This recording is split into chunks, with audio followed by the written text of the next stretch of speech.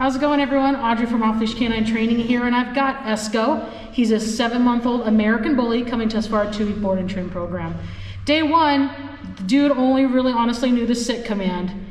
He's super energetic, pulls on leash, loves to hug your leg or just your body in general. Anywhere that he can get his short little legs on, he's gonna wanna hug you, and he's very strong for a little guy. So he pushes his weight around and he doesn't honestly know that he's doing it. Again, gets easily distracted when out in public. Super friendly could be one of his bad things. Honestly, it's not a bad thing in general, but he just gets energetic out in public and wants to be all over people. So let's take a look at him on day one.